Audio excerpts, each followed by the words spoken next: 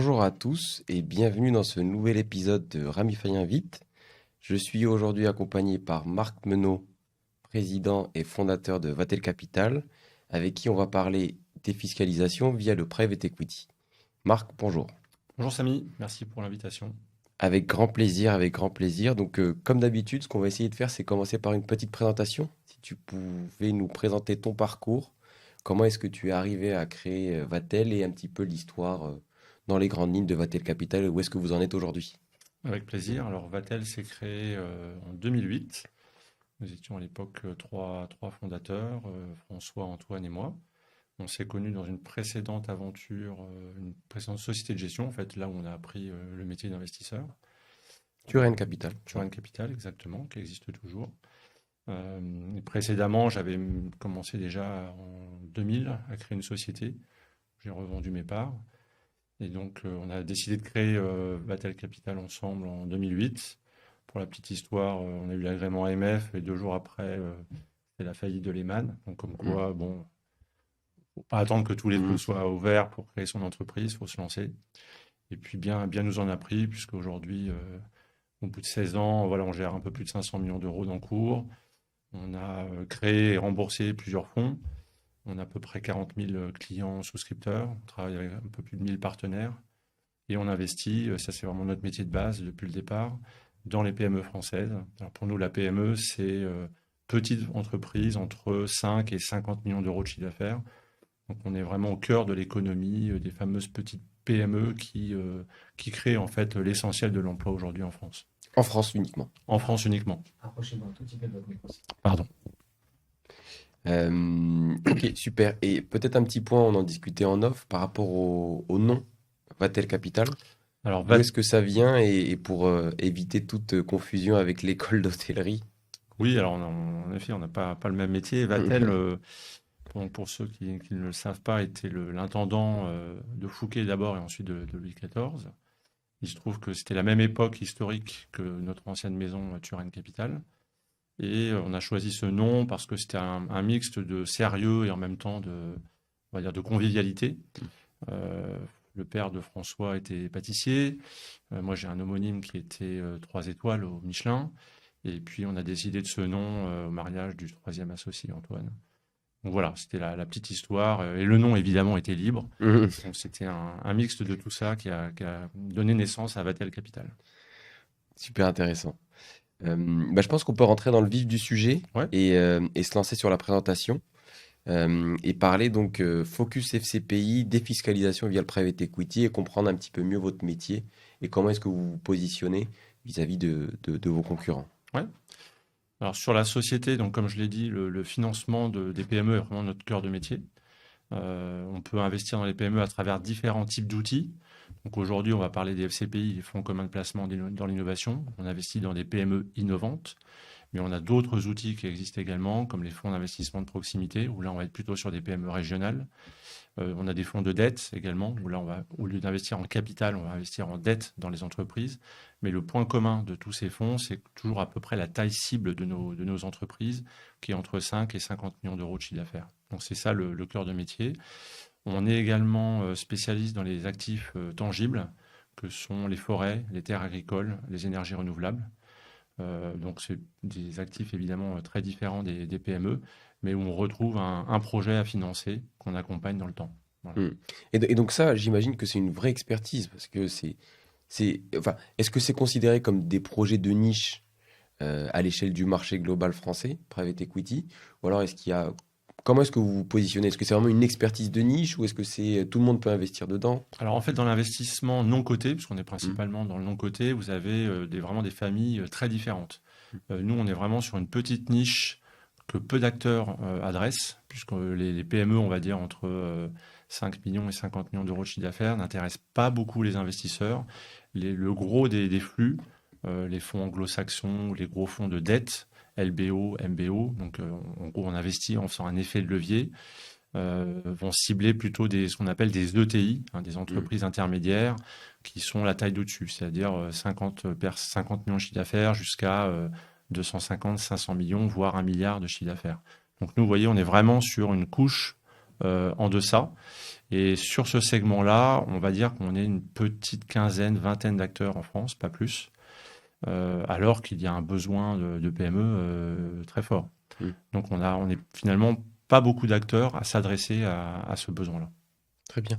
Et juste par curiosité, je sais à peu près comment ça se passe pour un gros fonds. Bah, on avait parlé des fonds anglo-saxons d'un point de vue trouver les opportunités, démarcher les entrepreneurs.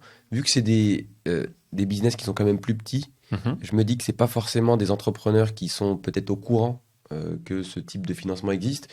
Vous, comment est-ce que vous le construisez, ce pipe de deal? Alors, ce qu'on appelle le deal flow Ouais. en anglais, c'est-à-dire les sources en fait de dossiers qu'on va recevoir. En fait, par la nature même de notre positionnement, vu qu'on n'est pas beaucoup d'acteurs, mécaniquement, les apporteurs d'affaires ou les sociétés qui recherchent ce type de financement nous connaissent. Donc, je dirais que naturellement, on va recevoir des dossiers parce qu'on n'est pas 50 à pouvoir les financer, tout simplement. Ensuite, on intervient également sur une partie cotée des PME, sur tout ce qui est Alternext grosse, où là aussi, on est, alors là, je dirais même quasiment 5-6 acteurs, pas plus. Et donc finalement, de par la rareté des sociétés de gestion dans ce domaine, on va dire qu'on est facilement identifiable lorsqu'une PME recherche ce type de financement. Ok. On n'est pas du tout sur ce qui est un peu plus populaire ou un peu plus connu, notamment avec l'arrivée de Macron au poste de président, sur la partie fintech ou start-up, etc. Ce ne sont pas des segments qu'on adresse, quand on les juge trop risqués par rapport à ce que nos clients attendent. On est plutôt sur des sociétés un petit peu plus traditionnelles, un peu plus matures, qui vont être tout à fait innovantes également, mais on a coutume de dire, on ne cherche pas le Google de demain. Voilà, alors, c'est peut-être un petit peu trop modeste, mais en même temps, ça correspond à l'attente de nos clients. C'est-à-dire qu'on ne va pas vous promettre de trouver la pépite qui va faire x10, x100. Par contre, on recherche la société qui va connaître un parcours honorable, une croissance honorable, avec un risque mesuré. Et à la fin, au bout des 6-7 ans de durée de vie du FCPI, pouvoir rembourser raisonnablement le fonds hors avantage fiscal. Et avec l'avantage fiscal, alors là, s'assurer vraiment un rendement net fiscal intéressant. Voilà. Très clair.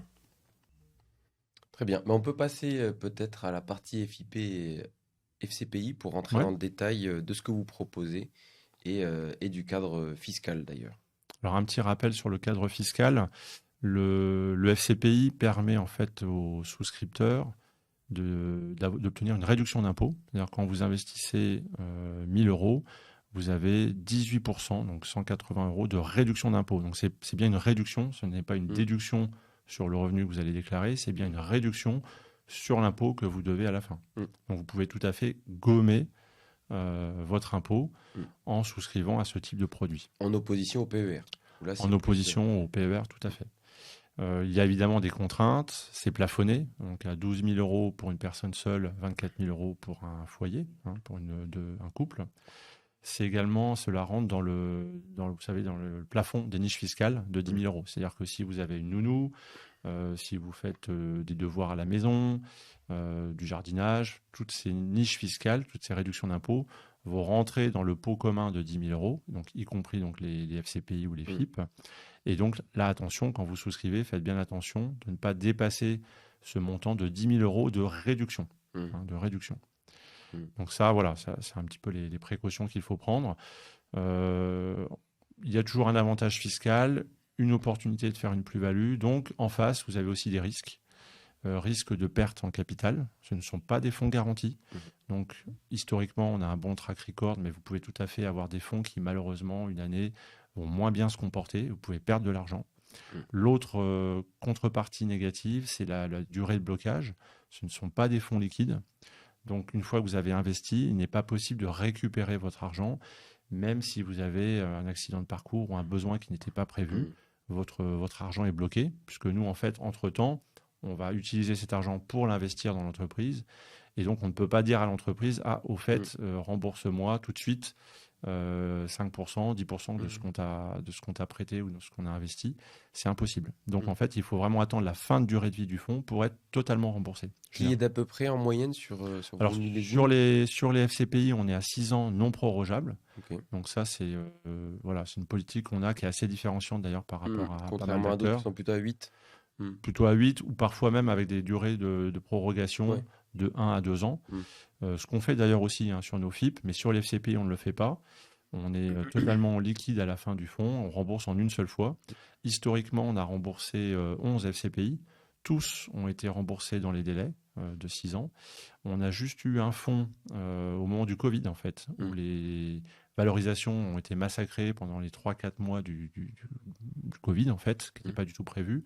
Et dans l'intérêt des souscripteurs, on s'est dit c'est quand même dommage de perdre, on vient de perdre en 3 mois 15-20% de valeur, alors que c'était pas du tout... c'était vraiment lié au Covid, il n'y avait aucune raison fondamentale pour justifier cette baisse. Donc on a demandé exceptionnellement une autorisation à l'AMF, qui nous a autorisé, je crois que de mémoire, c'était quasiment 1 an. Et finalement, on a eu besoin que de 3 mois pour récupérer. Okay. Vous savez, vous avez eu tout de suite un rattrapage en fait, de l'effet Covid. Et finalement, donc, au bout de 3 mois, on a 3 mois supplémentaires. On a pu rembourser intégralement tous les souscripteurs. Voilà. Mais c'est super intéressant, les 6 ans. Et c'est ce qui fait que vos fonds ressortent dans nos modèles. Parce que ça a un impact direct sur le TRI. Oui, mécaniquement. Moins de temps. Voilà. Et donc ça le rend plus avantageux. Là, en fait, vous investissez maintenant. Au mois de mai, quand vous allez faire votre déclaration de revenus, vous allez indiquer le montant que vous avez souscrit. Vous aurez tout de suite votre réduction d'impôt. Alors, pour les gens qui ont déjà souscrit d'année en année, vous touchez déjà une partie de votre réduction d'impôt au mois de janvier. Pour ceux qui n'ont jamais souscrit, vous allez toucher cette réduction d'impôt. Elle va être défalquée au mois de septembre à peu près. Donc, le TRI va bouger un petit peu en fonction du timing. Mais en effet, c'est quasi immédiat, à horizon 6 mois. Et en effet, au bout des 6 ans, on vous rembourse intégralement. Voilà. Et la question que tout le monde se pose, c'est ce fameux taux de 18% qui semble changer d'une année à l'autre. Ça, si possible, si tu peux bien nous expliquer d'où ça vient, est-ce qu'il y a possibilité de le prévoir ou pas? Et c'est quoi l'intervalle dans lequel on joue, s'il y en a un? Alors, pour cette année, il n'y a pas vraiment d'intervalle. Là, c'est sûr, c'est 18%. Alors que tous les gens qui souscrivent maintenant jusqu'au mois de décembre, au 31 décembre, vous aurez une réduction de 18%, alors que l'année dernière, c'était 25%. Alors, pourquoi? Ça ne dépend pas de nous, ça dépend vraiment du législateur. Les FCPI ont une durée de vie qui était prévue au-delà même de 2025. Alors simplement, il faut faire à chaque fois une demande d'autorisation pour le taux dérogatoire, si vous voulez, à la Commission européenne. Donc tous les ans, il y avait un petit jeu au premier trimestre où Bercy devait aller demander à la Commission européenne de passer de 18 à 25, ce qui était admis. C'était vraiment une lettre, un courrier à la poste. Et la Commission européenne ne faisait pas de difficulté. Pour des raisons qu'on ignore, on ne sait pas trop si c'est un loupé ou une véritable volonté politique. Cette année, cette démarche n'a pas été effectuée. Donc, pas de dérogation possible. Donc, on est revenu au taux de 18%. Alors, c'est un peu la magie fiscale française. Ça change, on peut dire, quasiment tous les ans. Moi, j'ai connu du 25, du 22, du 18. J'ai connu du 25 où on pouvait investir que 75% du fonds. Maintenant, c'est du 18, mais il faut qu'on investisse 100% du fonds. Donc ça, ce sont des règles du jeu qui changent. Je ne pense pas me tromper en disant que ça change quasiment tous les ans. Ça, voilà, j'apprends rien à personne. C'est nos amis députés, nos représentants nationaux qui ont la faculté, l'imagination débordante de changer des règles en permanence. Je dirais qu'on ne va pas se plaindre dans l'environnement économique qui est un petit peu tendu en ce moment. C'est un outil qui a le mérite d'exister, qui a le mérite surtout d'avoir un track record, un historique intéressant depuis plusieurs années. Donc c'est un outil qui a des plus et des moins, mais on est capable de les mesurer, d'identifier les risques que l'on prend, les avantages que l'on a. Encore une fois, il n'y a rien de magique. Ça reste des produits risqués, mais en souscrivant tous les ans, finalement, on regarde. Les gens sont largement gagnants. Et alors, je ne sais pas si ça fait partie de la suite de la présentation, mais ce serait intéressant de comprendre un petit peu mieux les critères qu'on vous impose, parce que j'imagine que qui dit cadre fiscal intéressant dit aussi critères imposés par l'État Mhm. dans le choix des entreprises dans lesquelles vous pouvez investir. Oui. Mm. Alors, on a d'abord sur la composition de l'actif, on a une obligation d'investir au moins 40% du fonds en augmentation de capital. D'accord. C'est-à-dire qu'on ne peut pas juste acheter des titres Mm. à Pierre-Paul-Jacques et faciliter finalement la liquidité d'actionnaires qui seraient sortants. Mm. Il faut vraiment qu'on injecte du cash, de l'argent dans la société. Donc c'est ce qu'on appelle une augmentation de capital. Donc ça vient accroître les fonds propres de la société et donc ça vient vraiment soutenir la société dans ses besoins de financement. Alors ça peut être pour réaliser des acquisitions, ça peut être pour développer des nouveaux produits, ça peut être pour pallier les difficultés bancaires. C'est-à-dire que la banque à un moment donné suit jusqu'à un certain niveau, puis au-delà d'un certain niveau, elle va vous dire bah non, vous n'avez pas assez de fonds propres. Mm. C'est un peu comme quand vous achetez un appartement. La banque va vous dire ok, vous mettez 100, je peux peut-être vous prêter 90, mais si vous mettez 20 au lieu de 10, je vais vous prêter que 80, donc vous aurez un taux un peu meilleur. Voilà. Là c'est pareil, c'est-à-dire que la PME peut avoir une partie de financement par les outils traditionnels bancaires, mais à un moment donné elle a quand même besoin de fonds propres et on est là pour ça. Donc il y a cette partie fonds propres 40% qui est plus risquée parce que c'est vraiment on est co-actionnaire avec l'entreprise, donc on a des pactes d'associés, comme un mariage, on va écrire, on va vivre ensemble pendant 5 ou 6 ans, voilà les conditions, voilà ce que l'on attend. À un moment donné, il va falloir qu'on sorte. Donc on prévoit déjà, non pas, on peut prévoir les cas de divorce, ça se passe pas bien, mais on prévoit tout simplement la sortie à l'amiable qui était prévue dès le départ. Voilà. Donc tout ça est organisé juridiquement, ça fait partie de notre travail. Donc ça, c'est le premier outil, les fonds propres. Et puis après, vous avez ce qu'on appelle les quasi-fonds propres, c'est-à-dire que c'est la dette, mais quasiment qui vaut pour les banques comme du fonds propre, parce qu'elle vient après les banques en cas de problème. Donc on se fait rembourser en dernier. Donc là, on investit en obligations convertibles. L'avantage, c'est qu'on a du rendement, alors que l'action, on peut avoir du rendement uniquement si la société est rentable, voilà, avec du dividende ou à la sortie. Là, avec l'obligation convertible, on peut avoir du rendement tout de suite. Donc ça, c'est intéressant parce que ça permet au moins d'amortir les frais de gestion les premières années. Et donc de ne pas avoir un fonds tout de suite qui va être en baisse parce que vous prélevez les frais de gestion et vous n'avez pas encore de revenus en face. Voilà. Donc les obligations convertibles sont un bel outil de ce point de vue-là. On va avoir un premier rendement. Et puis, en fonction ensuite de la vie de l'entreprise, on peut cadencer le remboursement. Donc, c'est ce cadencement qui nous permet, nous, de programmer le remboursement final du fonds et de pouvoir dire à nos souscripteurs, voilà, au bout des 6 ans, on va pouvoir vous rembourser parce qu'en effet, l'entreprise aura fini de rembourser son échéancier tel qu'il était prévu au départ. Voilà. Pour les actions, c'est un peu plus difficile. Donc, généralement, on essaye de prévoir que l'entrepreneur se refinance pour nous racheter nos actions. Alors ça peut être fait en 1 fois, en 2 fois, en 3 fois. Là aussi, on essaye de ne pas attendre le dernier moment parce que là, on prend le maximum de risques en termes de liquidité. Voilà. Donc ça, ce sont les différents outils qu'on a à notre main et qu'on met à disposition des PME. Donc là, l'argent est vraiment fléché vers les PME. Donc là, le souscripteur, c'est vraiment à quoi va servir son argent. D'accord. Donc les critères, si je récapitule, c'est 5 à 50 en termes de chiffre d'affaires, cible, PME, et 40% de l'actif total du fonds en augmentation de capital. C'est ça. C'est les principales règles. Alors, si on va dans le détail, mais ça, vous l'avez dans le règlement du fonds, pour ceux que ça intéresse, vous avez vraiment des règles au niveau européen, donc ce qu'on appelle la PME européenne, pas plus de 43 millions d'euros de bilan, pas plus de 250 salariés, il faut qu'elle ait moins de 10 ans. Ou bien plus de 10 ans si elle a commencé, on met le curseur à partir du moment où elle a réalisé plus de 250 000 euros de chiffre d'affaires. En fait, il y a plein de petites règles comme ça qui sont. C'est là où je vous dis que ça change quasiment tous les ans. Donc voilà, je rentre pas dans ce détail-là parce que là, c'est vraiment ceux que ça intéresse, il faut aller voir le BOFIP, le Code monétaire et financier, et puis après, vous avez le règlement européen.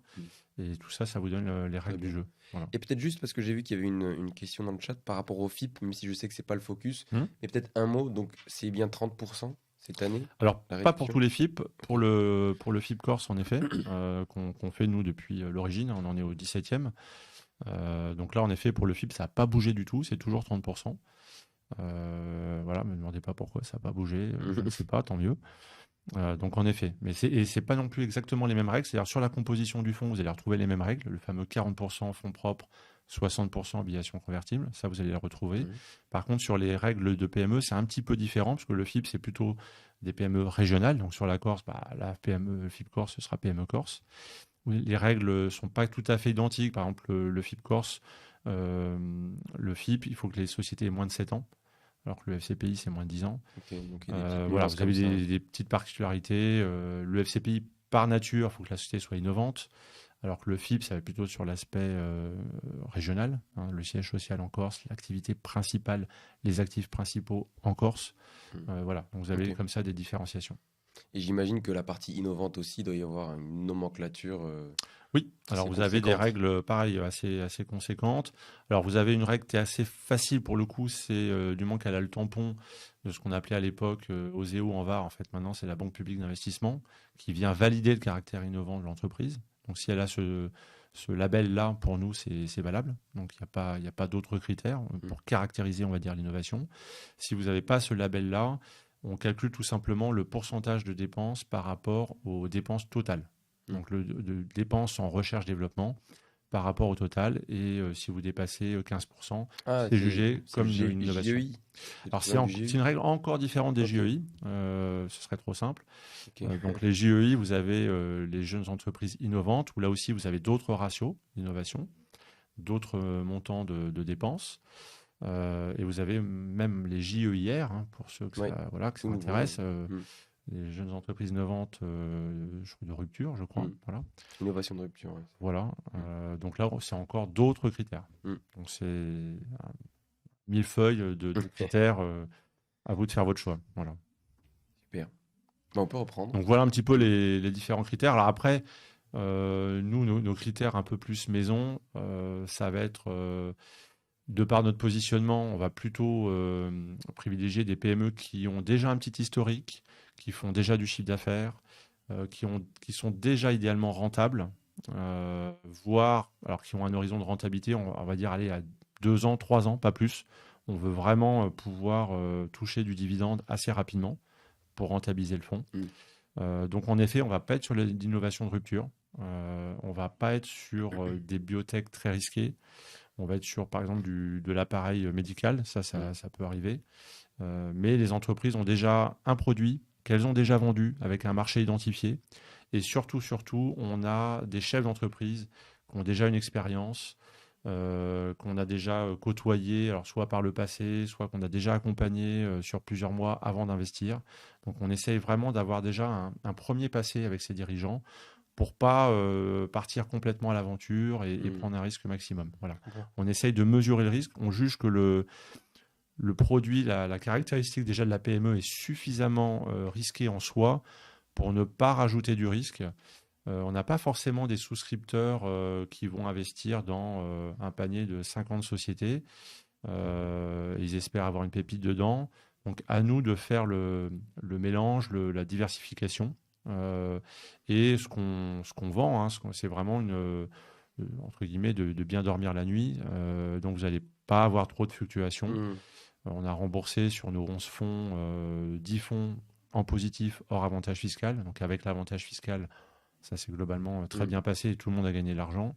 On a un fonds qui est en difficulté aujourd'hui. C'était le fonds qu'on a investi pendant le Covid, le numéro 8, qui n'a pas de bonne performance aujourd'hui. Donc ça peut arriver. Donc c'est pour ça que je dis attention, il y a du risque. Maintenant, il nous reste 2-3 ans pour le remonter. Donc on va s'y atteler.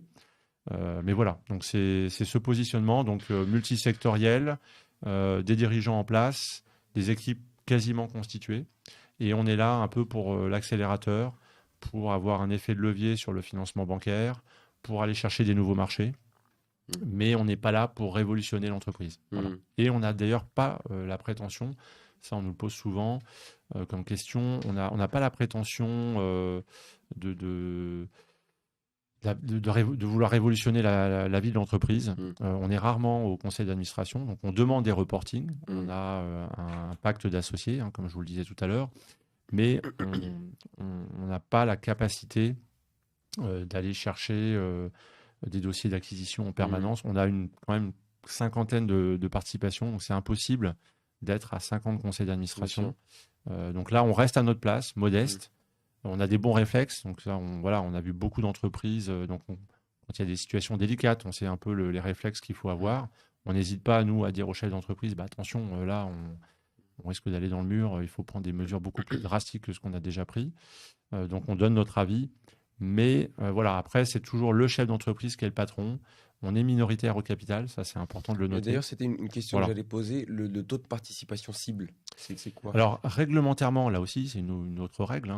On n'a pas le droit de dépasser 35% du capital D'accord. de la société. Donc, mécaniquement, on est toujours minoritaire et on ne peut pas avoir, de prendre des décisions très très fortes sur la vie de l'entreprise. C'est le chef d'entreprise qui reste maître du destin de son entreprise. Voilà. Ok, très clair. Je pense qu'on peut continuer. Ouais. On est désolé, il y a un petit problème technique avec la présentation.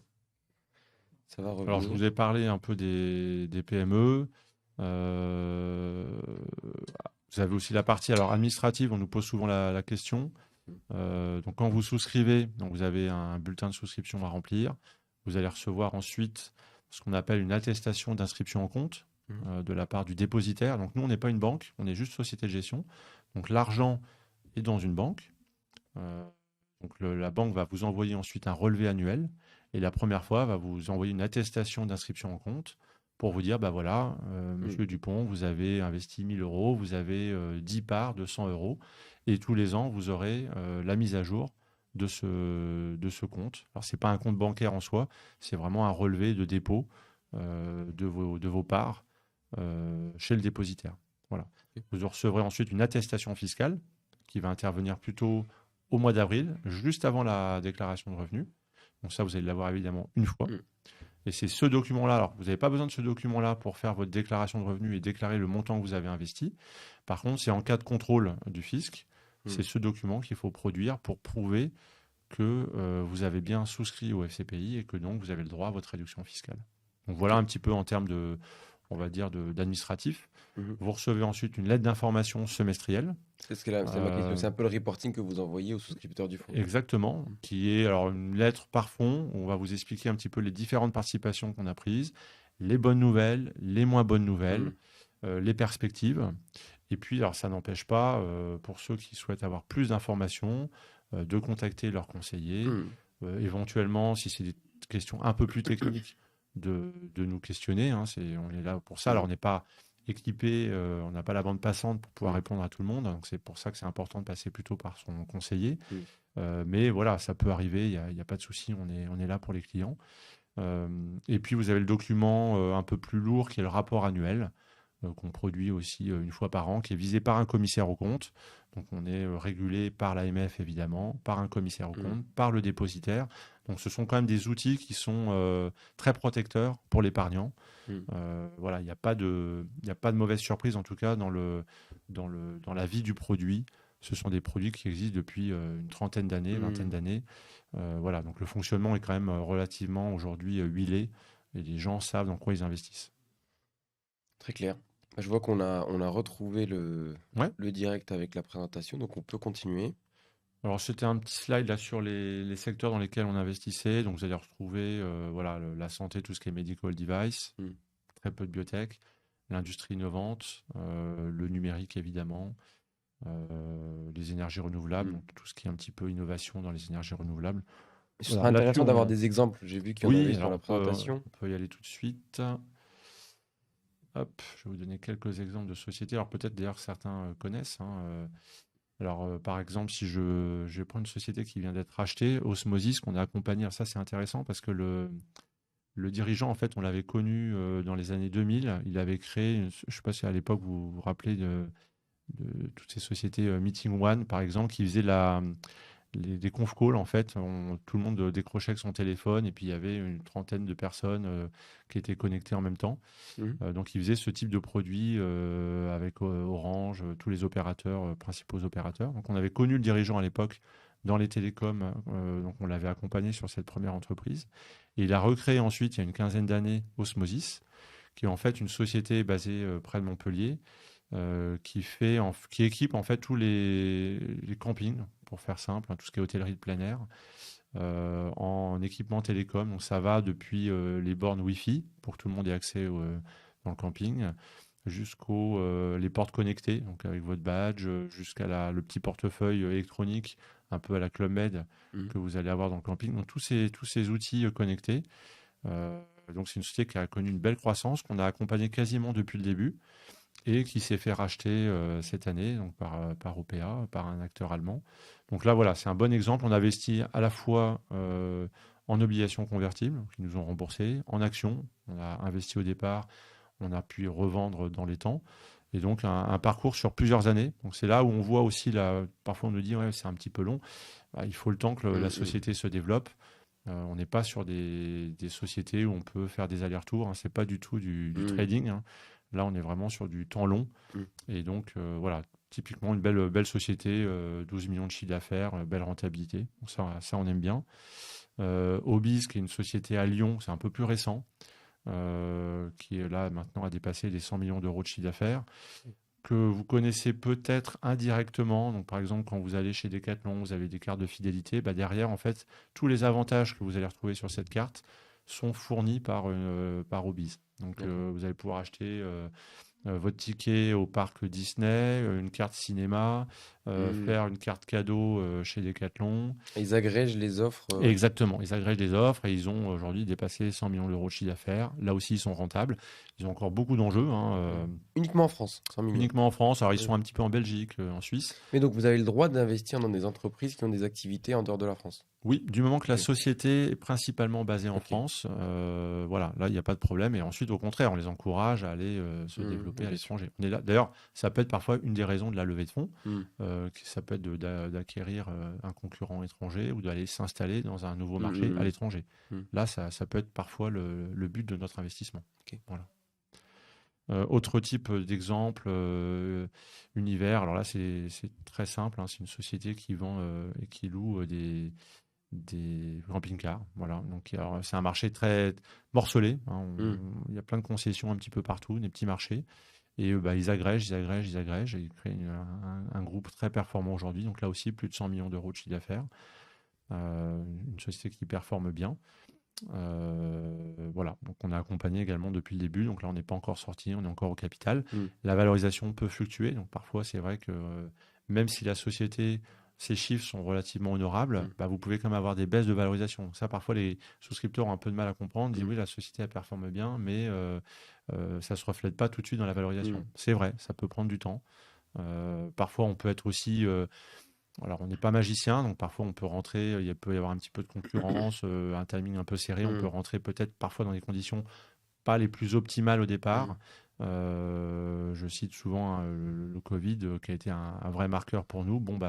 Aujourd'hui, voilà, on n'a pas forcément souffert tout de suite du Covid et aujourd'hui, c'est là où on ressent un peu les contre-coups parce qu'il faut rembourser les fameux PGE, les prêts garantis par l'État. Et aujourd'hui, voilà, les banques sont très strictes là-dessus. Et les PME ont beaucoup moins de facilités bancaires et il faut rembourser les PGE. Donc c'est aujourd'hui qu'on peut avoir les premières difficultés de dossiers dans lesquels on avait investi il y a 2-3 ans. Voilà. Pendant le Covid. Ouais. Exactement. Donc ça, voilà, il faut... Là aussi, encore une fois, c'est du temps long. Donc il faut parfois faire le dos rond pendant 1 an, 2 ans, 3 ans avant de pouvoir retrouver la valeur qu'on avait.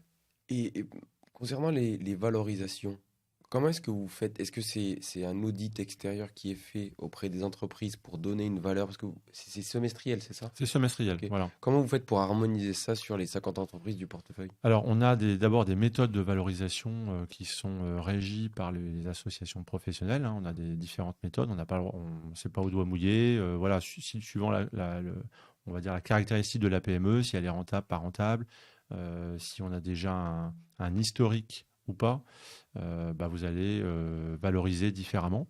Donc, ce sont des méthodes qui sont validées, on va dire, par les associations professionnelles. Ensuite, nous, on fait une première valorisation en interne qui est validée par un expert externe, un valorisateur externe, donc indépendant de notre société de gestion. Ça, c'est le premier garde-fou. Deuxième garde-fou, vous avez le dépositaire également qui va regarder qu'on applique bien les bonnes méthodes, qu'il n'y a pas d'exception. Et puis, on a le commissaire aux comptes du fonds également qui, lui, va également valider semestriellement. Ça fait partie des frais de gestion. qui va valider toutes ces valorisations. Voilà. Donc, D'accord. il y a vraiment un échange entre l'entreprise, nous, l'expert indépendant, Mm. le commissaire aux comptes et le dépositaire. Donc, vous avez quand même tout un tas d'acteurs Mm. voilà, qui font que c'est Mm. pas, ça se fait pas. C'est d'ailleurs pour ça qu'on en fait que 2 fois par an. Mm. C'est que c'est un process quand même assez lourd. Hmm. Et j'imagine qu'il y a aussi potentiellement une mise à jour qui est faite à la volée s'il y a une opération capitalistique au cours de la vie de l'entreprise. Alors voilà, si vous avez un rachat qui arrive, ce ne sera pas fait à la volée comme vous dites, ce sera fait à la prochaine valeur liquidative, puisqu'on n'a vraiment Tous les que 6 mois. 2 cotations Hmm. par an. Ok. Donc si la prochaine, nous par exemple, ce sera au 31-12, bon, bah, s'il y a une société qui vient de se faire acheter maintenant, on le verra qu'au 31-12. Voilà. Par contre, si on a par exemple un accord qui est signé, on peut le prendre en compte partiellement. C'est-à-dire qu'on peut dire, bah voilà, on a quand même un accord, alors on n'a pas le cash en banque, donc il y a quand même un petit risque. On va peut-être pas prendre l'intégralité du prix qui va nous être payé, mais on va quand même prendre en compte cette revalorisation. Donc, ça aussi, là encore, c'est pas au doigt mouillé. On doit justifier pourquoi on revalorise ou pourquoi on dévalorise les participations. Voilà. Ce qu'on a Clair. coutume de dire, c'est que généralement, les 2-3 premières années, les valorisations sont quand même relativement conservatrices. On n'a pas beaucoup d'événements dans la vie de l'entreprise. Donc, on a plutôt en général d'abord les mauvaises nouvelles. On peut parfois avoir des décotes. Et les bonnes nouvelles ou les sorties se font plutôt à la fin de vie du fonds. Donc, on a plutôt des valorisations qui sont quand même assez conservatrices et prudentes. Et on a plutôt tendance à revaloriser les fonds en fin de vie. Voilà. Très clair. D'ailleurs, ça fait une bonne transition. J'ai vu qu'il y avait une planche sur votre track record, Oui. les millésimes. Et ça, c'est important. Je pense que c'est aussi quelque chose qui vous... Oui. Alors ça, qui on vous a caractérise. remboursé 11 FCPI depuis la création de Vatel Capital. On va rembourser le 12e là en fin d'année. Donc tous les fonds positifs sauf un qui était à -2, vous voyez, donc on n'a pas, voilà, c'était pas très méchant. Hors avantage fiscal, donc c'est vrai qu'avec l'avantage fiscal, on a des très très beaux TRI qui vont jusqu'à quasiment 20% sur l'un de nos fonds, donc 20% par an. Quand on cumule l'avantage fiscal. C'est pas ça qu'on vend, c'est pas ça qu'on promet. Nous, ce qu'on promet, c'est de retrouver à peu près plus 10% hors avantage fiscal à la fin de vie du fonds. Avec l'avantage fiscal, ça vous fait un TRI 6-7% net d'impôt. Voilà, et c'est ça notre objectif. Globalement, on peut dire qu'on l'a largement rempli. Comme je disais tout à l'heure, voilà, il peut y avoir des fonds, un millésime qui va être moins bon qu'un autre. On a un fonds, là, le numéro 8, qui est moins bon. Donc ça peut arriver. On sait l'expliquer, on l'explique aux clients. Mais ça peut arriver. Donc voilà, il n'y a pas de. C'est pas du gagnant à 100%. Voilà, si on en est toujours là au bout de 16 ans, c'est qu'on n'a pas trop mal géré l'argent de nos clients, mais on n'est pas non plus infaillible.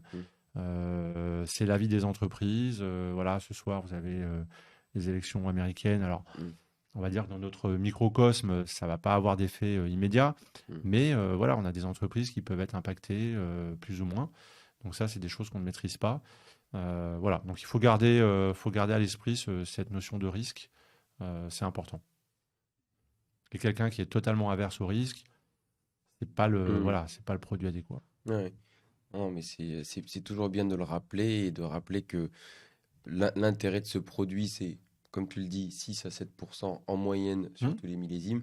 Et c'est surtout une rentrée d'argent dès quasiment le premier jour. C'est pas le premier jour, mais quelques mois après l'investissement, ce qui est quand même assez rare quand on regarde la panoplie de produits disponibles dans le monde de l'épargne et de l'investissement. Oui, alors surtout, nous, on constate que la plupart des clients font cet effort pécunier d'investissement les premières années, tous les ans.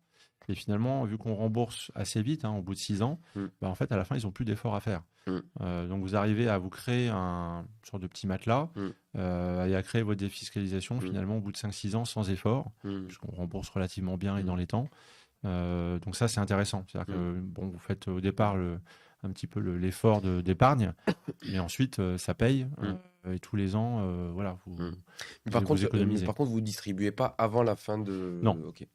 Non, alors pour des questions, dans un fonds, vous allez avoir la taille de nos fonds, c'est à peu près 20 millions d'euros. Le ticket moyen, c'est à peu près 5 000 euros, vous voyez, d'un souscripteur. Donc on va avoir 4000 souscripteurs. Mmh. Et donc, pour des questions tout simplement pratiques, c'est très lourd, très onéreux de rembourser tout le monde. Donc, rembourser par petits bouts coûterait beaucoup, beaucoup d'argent en termes de frais administratifs et de rentabilité à la fin pour le fonds. Donc, c'est pour ça qu'on le fait en une fois. Là aussi, c'est réglementé. Donc, il faut demander l'autorisation à l'AMF, il faut demander l'autorisation aux dépositaires. Le fonds rentre d'abord dans ce qu'on appelle une pré-liquidation, une période de pré-liquidation, ensuite de liquidation et ensuite de dissolution. Donc, ça ne se fait pas comme ça en claquant des doigts. Il faut mettre à jour tous les RIB avec des normes de sécurité, etc. Les banques ne sont pas si flexibles que ça, les dépositaires. Donc, eux aussi, il faut qu'ils mettent à jour les données. On a c'est un peu bizarre de dire ça, mais des procédures aussi de lutte anti-blanchiment, même si les montants sont faibles, même si ce sont des gens fiscalisés en France pour réduire leur impôt en France, on est quand même obligé de vérifier leur carte d'identité, leur justificatif de domicile, etc. Donc ça, voilà, les souscripteurs sont coutumiers, mais tout ça, ce sont des process assez lourds, donc autant à l'entrée du fonds, au moment où vous souscrivez, mais également à la sortie. Donc voilà, le pourquoi ça se fait en une seule fois et pas malheureusement au fil de l'eau. Ce serait en effet plus avantageux pour le souscripteur, mais mécaniquement, c'est pas possible. Oui, souvent, on ne se rend pas compte du poids de l'administratif dans la vie d'une société de gestion ou même d'un CIF. Oui, c'est vrai on nous dit souvent, mais les frais de gestion, parfois, c'est un peu élevé. Alors oui, vous avez raison, c'est pas vous avez placé votre argent sur le livret A, il n'y a pas de frais. Donc on se dit, oui, alors nous d'abord, il y a le travail d'aller chercher les PME, qui sont souvent non cotés. Il y a du juridique pour constituer les pactes d'associés, les contrats d'obligation, etc. Vous êtes cette partie-là. Et puis, vous avez toute la partie vraiment administrative, le commissaire aux comptes du fonds, le dépositaire, le comptable du fonds, la cotisation AMF qu'on doit payer tous les ans, etc. Donc, c'est tous ces frais. Le back-office aussi. Le back-office, absolument. Tous ces frais qui concourent à la fois à la protection de l'épargnant. Voilà, c'est tous ces frais que vous cumulez. C'est ça que vous payez, en fait. Quelque part, c'est une certaine sécurité aussi pour le client final. Et peut-être pour finir, et ça fait une bonne transition, si tu pouvais nous parler de la structure de l'équipe. Oui. Le Capital, comment est-ce que vous vous structurez, qui fait quoi, l'équipe, etc. Alors, on est une vingtaine de personnes. Pour simplifier, on va dire qu'on est un tiers. Un tiers investisseurs. Donc là, vraiment, les investisseurs qui vont chercher les entreprises, qui vont ensuite les suivre. On aime bien, nous, que le gérant suive intégralement le dossier. C'est-à-dire qu'on n'a pas une équipe, entre guillemets, de chasseurs qui vont étudier, analyser un dossier, puis ensuite une équipe d'éleveurs qui vont suivre le dossier et organiser la sortie. Non, nous, les gérants vont suivre l'intégralité du process de A à Z. Par contre, les décisions sont collectives. C'est-à-dire qu'il n'y a pas les mauvais dossiers de Pierre et les bons dossiers de Paul. Tout le monde est responsable, tout le monde est au courant de tout. Si quelqu'un n'est pas à l'aise avec un dossier, il lève le doigt, chacun a un droit de veto et on n'y va pas. Ça, c'est pour éviter qu'à la fin des 6 ans, on dise « Ah tiens, au fait, ce dossier-là, il n'est pas bon, c'est de ta faute. » Non, c'est la faute de tout le monde. Si on réussit, c'est ensemble. Si on échoue, on est responsables tous ensemble. Donc voilà, ça, c'est un peu le process qui est un petit peu maison. Enfin voilà, ça, on y tient. Tout le monde est au fait de cette réalité-là. Tout le monde fait des erreurs. Hein. Voilà, encore une fois, on n'est pas infaillible. Mais on essaye par l'intelligence commune d'éviter d'en faire. Voilà. Donc le premier tiers, les gérants. Le deuxième tiers, tout ce qui est back, middle office. Hein, donc le back office, c'est les gens que vous allez avoir au téléphone. J'ai perdu mon attestation fiscale ou je comprends pas. J'ai pas reçu la confirmation de mes parts. Ou bien... Est-ce que le virement est bien arrivé? Voilà, le virement est bien arrivé. Vous avez malheureusement, ça arrive, un décès, des choses comme ça. Voilà, les ayants droit, le notaire va nous appeler. Que deviennent mes parts? Les parts, elles vont être transférées aux ayants droit, mais ça, on a besoin de la notification du notaire. Donc, c'est les personnes qui vont gérer toute cette partie back-office. Et puis, le dernier tiers, c'est tout ce qui est contrôle. Donc, c'est à la fois contrôle des souscripteurs, hein, veiller à ce qu'on les gens aient bien rempli leur bulletin, qu'on ait bien toutes les pièces justificatives. Et puis, c'est aussi le contrôle de l'actif du fonds. Donc, dans quelle entreprise on va investir? Est-ce qu'elle est bien éligible? Est-ce qu'elle correspond aux critères? Est-ce qu'on respecte bien le règlement du fonds? L'interaction avec nos dépositaires, les banques, l'interaction avec nos commissaires aux comptes, l'interaction avec les autorités de tutelle. Voilà, donc c'est un petit peu ces 3 métiers en un métier finalement. Et tout est lié, hein. C'est-à-dire qu'il faut bien faire toutes ces cases. Si vous répondez pas bien à votre client, il va pas être satisfait. Si on investit mal, il va pas être satisfait. Et si on ne contrôle pas ce qu'on fait, tôt ou tard, ça va nous rattraper. Voilà, donc c'est une société de gestion, c'est l'ensemble de ces métriques pour à la fin apporter une satisfaction au client et apporter aussi, il ne faut pas l'oublier, une satisfaction à la PME, parce que derrière, c'est l'emploi qu'on peut créer, c'est l'innovation qu'on peut créer.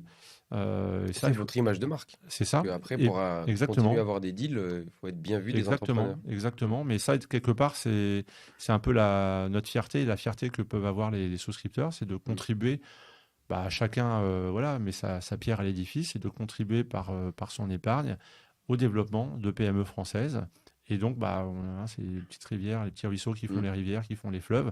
C'est typiquement ça. Voilà. Alors, nous, on ne prétend pas créer les océans de demain, mais voilà, en tout cas, on crée les petits bateaux qui vont commencer à émerger. Voilà. Super intéressant. Et je pense qu'on a... Sauf si tu as d'autres éléments à partager. Non, je crois qu'on a fait à peu près le tour, mais à votre disposition, s'il y avait des éléments. Alors, j'ai balayé une partie des questions. Ouais. J'ai essayé de le faire en live. En live, effectivement. Mais je te donne la parole si tu as potentiellement un dernier mot, sauf si tu as tout couvert. Mais je pense qu'on arrive à peu près à la fin de l'événement. Merci pour l'invitation. C'est toujours plaisir. intéressant d'expliquer son métier.